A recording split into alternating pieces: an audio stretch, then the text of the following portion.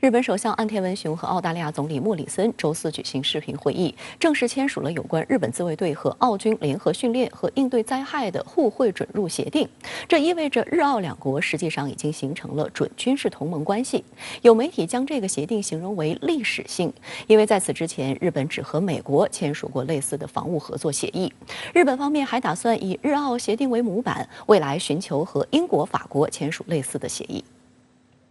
日澳首脑周四下午举行视频会晤，岸田原计划在1月中旬国会开会前访问美国和澳大利亚，分别同两国领导人面对面会谈，但为了集中精力应对新冠疫情而取消出国访问，改成了视频会晤。由于此次是在视频会晤时签署协议，两国首脑商定在事后交换在本国签署的文件。据此前日本媒体报道，主要内容是在部队因共同训练或救灾等原因在对方国家暂时停留之际，可免除入境审查以及随行物品的关税，并简化关于携带武器和弹药的手续，将有助提高两国联合军事训练和行动的频率、规模与强度。岸田文雄在签署仪式上强调称，这是日澳安全合作迈向新台阶的划时代协定。澳大利亚总理莫里森则表示，两国间将实现高水平合作。澳大利亚战略政策研究所所长彼得·詹宁斯预计，该协定将允许日本军机与美国海军陆战队驻达尔文部队一起行动，以及使用澳洲的轰炸场进行训练，也会允许澳洲的潜艇使用日本的海军基地。对于日本来说，澳大利亚是可以说某种意义上仅次于美国，也就是仅次于美国和日本之间这种防务合作，甚至是这种军事同盟关系比较密切的国家。因为我们知道2007年的时候，日澳就签署了这个安全保障合作协议，那么同时又建立了这个日澳2+2的这个外交和防务的部长级会议。那么这个互惠准入协定只是说进一步加强了双方在防务合作方面，特别是部队的这个具体的这种相互的派驻啊，包括防务联合训演方面的这样一种合作的层级。对于日澳加强准联盟关系，中国外交部发言人汪文斌周三在例行记者会上表示，国家之间的协议应促进和平，不针对任何第三方。太平洋之大，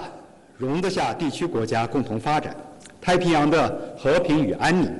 也有赖于地区国家的共同维护。我们希望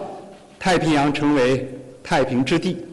而又启动互惠准入协定谈判达成一致，但因日本死刑制度等细节问题而陷入僵局。废除死刑的澳大利亚要求军方相关人员若在日本犯了重罪，也应适用豁免。后双方就此达成一致。日本政府打算以此次日澳协定为模本，力争与其他所谓志同道合国家缔结相关协定。日本已与英国在去年10月启动谈判，法国也有意与日本缔结协定。我们的这个立场就是，我们希望我们日本能够在对外的军事安全合作，特别是包括对美国、包括对澳大利亚、包括对其他的所谓它的亚太盟国的这个合作当中，需要强调一个我们说合作的开放性和非针对性、非排他性。我们这个安全是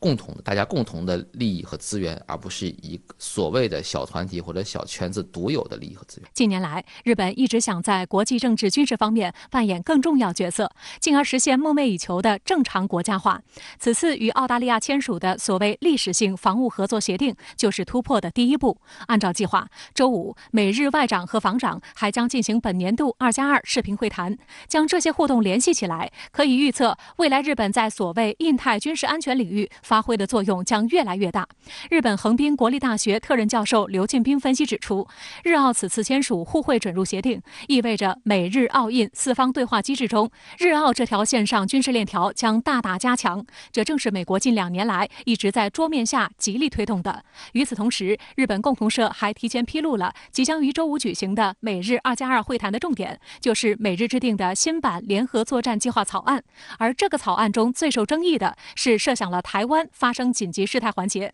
根据计划草案，日本将允许美军在必要时于西南诸岛建立临时攻击基地，这实质上等同于日本也将卷入美日设想的所谓台海有事的冲突之中。刘庆斌认为，日本积极寻求与澳大利亚和美国形成更深层的军事联系，实际上与日本前首相安倍晋三等人近期接连冒出台湾有事等于日本有事等激进言论是相互呼应的。从自民党目前的行事逻辑来看，看，安倍派系的如意算盘是不仅要利用台湾问题修改日本和平宪法，甚至想在修宪后光速完成征兵法的制定。日本问题专家卢浩同样指出，与美国和澳大利亚等所谓盟友的防务合作，只是日本给自身安全能力松绑的一个环节。通过这些对外的防务合作，最终的目的是要倒逼日本国内在安保法治和政策方面的转变。那么日澳这个实际上属于的是日本对外军事合作或者对外防务合作的一个环节。那么除此之外，其实日本在自身就是我们经常说的